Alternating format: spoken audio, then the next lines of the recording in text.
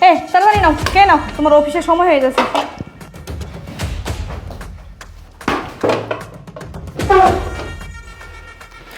এই ছোট লোকের বাচ্চা, তুই সামান্য একটা কাজের লোক হইয়া তুই আমার স্বামীর গায়ে জুতা ছুঁড়ে মারলি? হ্যাঁ, সুইটি তো ঠিকই বলছে। এই জনি, তুই আমার বাসার কাজের লোক হইয়া তুই আমার গায়ে জুতা ঢিল দিলে কেন?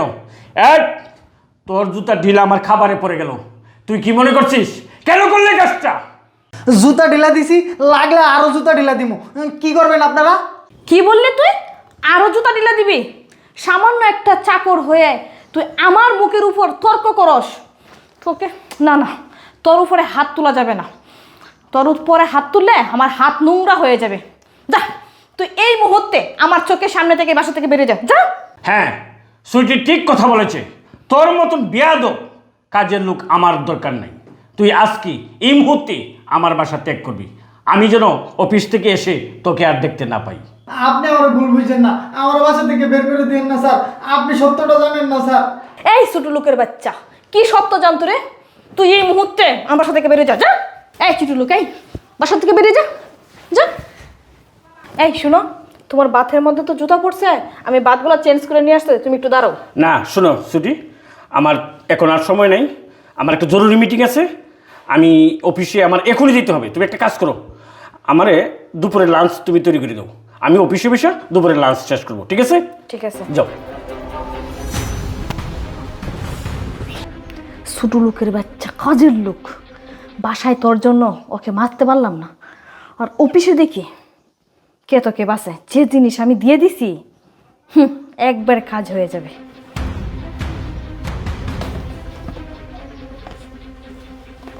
এই সুইটি, কই তুমি? তাড়াতাড়ি আসো, আমার তো অফিসে লেট হয়ে যাচ্ছে। এই যে তোমার টিফিন নাও। আচ্ছা আচ্ছা আচ্ছা, ব্যাগের ভিতরে টিফিন দিছো? আচ্ছা ঠিক আছে, হ্যাঁ ভালো থেকো, আসি, bye bye. Bye bye. Sir আমার কথাটা শুনেন। স্যার তো চলেই গেল, আমাকে বাসা থেকেও বের করে দিছে। স্যারকে যেভাবে হোক বাঁচাতে হবে। আমি যাই।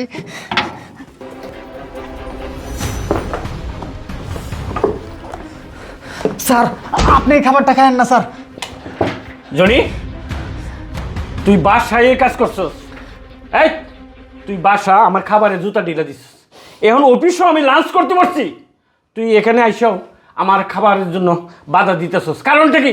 এই তোর এত সাহস কে দিয়েছে? তোর আমি বাসা থেকে বাইর করে দিয়েছি? স্যার এই খাবারে বিষ আছে। বিষ? আমার খাবারে বিষ কোথা থেকে আসবে? এই খাবারে বিষ কোথা থেকে আসবে? স্যার এই খাবারে ম্যাডামে বিষ মিশাইছে। স্যার আপনি আমার মারেন আর যাই করেন, কিন্তু এই খাবার খায়েন না স্যার। তুই কি কইতেছস? তুই কার নামে কি কইতেছস? ও জানুন কাইছস, তার বিরুদ্ধে তুই কথা কইতেছস? হ্যাঁ, মুখ হারাম। স্যার আপনার নুন কেজি দেখে আপনার লোক আমি বেইমানি করতে পারবো না স্যার। এই খাবারে বিষ আছে স্যার। তুই বারবার কইতেছস এই খাবারে বিষ আছে। তোর ম্যাডাম আমার খাবারে বিষ কেন মিশাবে, আর কখন মিশাইছে বিষ? স্যার কখন মিশাইছে আর কিভাবে মিশাইছে আমি বলতেছি, তাহলে শুনেন। আজকে তোকে শেষ করব, আর যে জিনিস আনছি এই জিনিস মুহূর্তের মধ্যে শেষ হয়ে যাবে।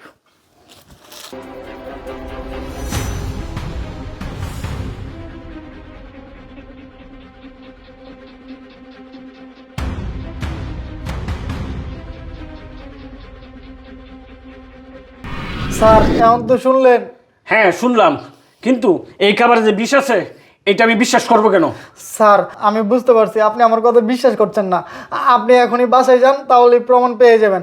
তারপরেও যদি আপনার মনে হয় যে আমি মিথ্যা কথা বলতেছি, তাহলে এই খাবারটা ম্যাডামকে খেতে বলবেন, তাহলে আপনি সব কিছু ক্লিয়ার বুঝতে পারবেন। আচ্ছা ঠিক আছে, আমি তোর কথা মতন বাসায় যাচ্ছি। আর শোন, যদি তোর কথা ঠিক না হয় আমি কিন্তু তোকে পুলিশে দেবো, কথাটা মনে রাখিস।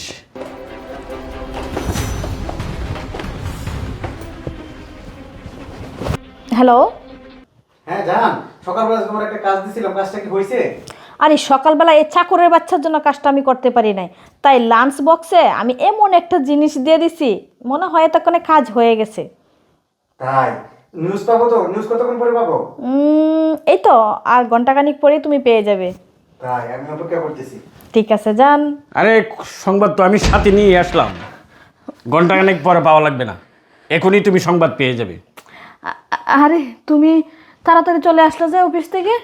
আমি যদি অফিস থেকে তাড়াতাড়ি না আসতাম তাহলে তো তোমার এই রঙ্গ ঢঙ্গ আমি কোনো সময় আমার নিজের চোখে এবং নিজের কানে শুনতে পারতাম না, দেখতে পারতাম না, তাই না?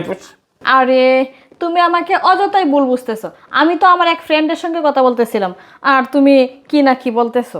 ও, আমি তাহলে মিথ্যে কথা বলতেছি আর ভুল বুঝতেছি তোমাকে, না? আচ্ছা ঠিক আছে, তুমি বাদ দাও। তুমি সারাদিন কার সাথে মোবাইলে কথা বলো এটা আমার জানার দরকার নেই। একটা কাজ করি, আমি অফিসে লাঞ্চ করি নেই, বুঝছো? কারণ দুপুরে তুমি আর আমি একসাথে বসে লাঞ্চ করব, তার জন্য আমি বাসায় চলে আসি। আরে লাঞ্চ তো আমি করে নিয়েছি। আরে করে নিয়েছো, আবার করবো? না না না, বসো। তুমি কে নাও।